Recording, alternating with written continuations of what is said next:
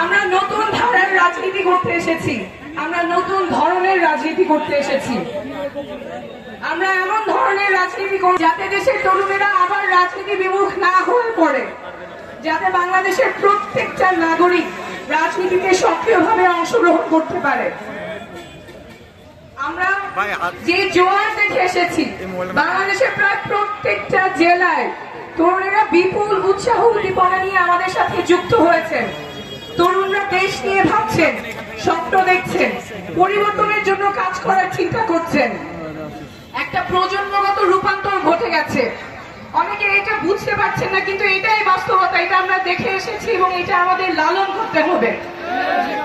যেই রাজনৈতিক সচেতনতা তৈরি হয়েছে সেটা আমাদের লালন করতে হবে।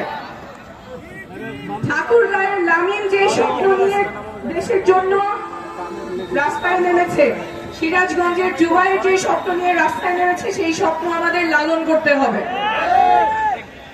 আমরা যদি লালন করতে না পারি, তরুণরা যদি আবার রাজনীতি বিমুখ হয়ে যায়, তরুণদের যদি আশাহত হয়, তাদের যদি স্বপ্নভঙ্গ হয়, তাহলে দেশ আবার একটা সংকটের মুখে পড়বে এবং সেটা হইতে দেওয়া যাবে না।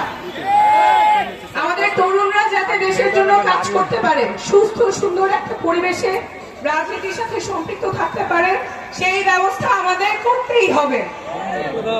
সাথে সাথে আমাদের এমন রাজনীতি করতে হবে, এমন রাজনীতি আমরা করব যাতে করে রাজশাহীর মধু রবিদাস দিদির যেই ছেলে অনার্স পাশ করার পরে বেকার বসে আছে এবং মধু দিদি চিন্তা করতেছে কিভাবে তার ছেলে একটা চাকরি পাবে, সেই চিন্তা যাতে তার করতে না হয়, সকলের কর্মসংস্থান যাতে নিশ্চিত হয়।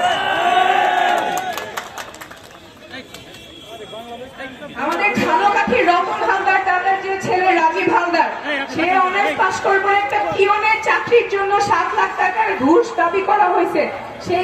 সেই বাংলাদেশে যাতে আমাদের যেতে না হয়, সকলের কর্মসংস্থান, তাতে কোনো ঘুষ পদবীর যে বাণিজ্য, সেই বাংলাদেশে যাতে আমাদের ফেরত যেতে না হয়। আমরা এমন ধরনের রাজনীতি করব যেখানে নারীরা সক্রিয়ভাবে অংশগ্রহণ করতে পারবেন। আমাদের